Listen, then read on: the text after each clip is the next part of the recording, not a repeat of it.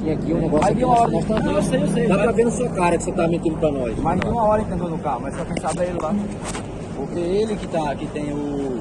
Ele que conhece a cidade lá, né? Como que é o nome do seu colega lá? Davi. Por que foi que ele matou o cara, daí você teve que participar lá, ajudando lá?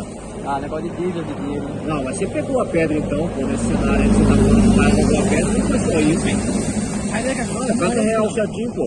Qual foi lá? Joga certinho aí. Dinheiro lá. Ah, daí depois aí... Devendo dinheiro. É o quê? Tráfico? Não. Devendo dinheiro.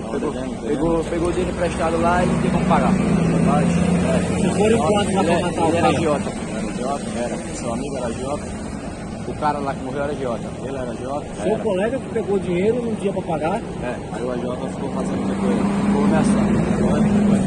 Seu amigo te pagou quanto? R$1.000. Seu amigo te pagou R$1.000 pra te ajudar aí. Foi.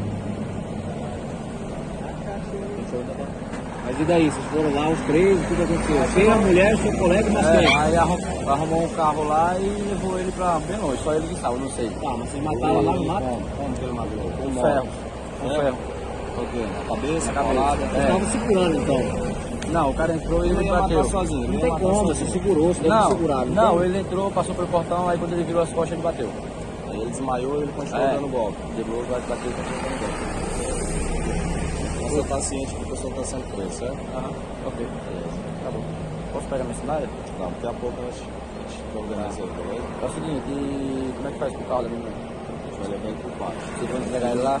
Vai ficar no pátio até um responsável ir lá pegar ele. Tá. O mais responsável que tem perto é o meu irmão no Paraná. Onde? Paraná, cidade gaúcha. Se ele vier aí, ele pega. Ok. Ao contrário, ele fica no pátio. Ah, ok. Beleza? O conselho de pertence lá vai ser apresentado para você seguir. Depois você sair, se você sair, você pega. Tá, ok. Beleza? Tá, ok. Beleza. Nós vamos cair, fechou? Tá bom.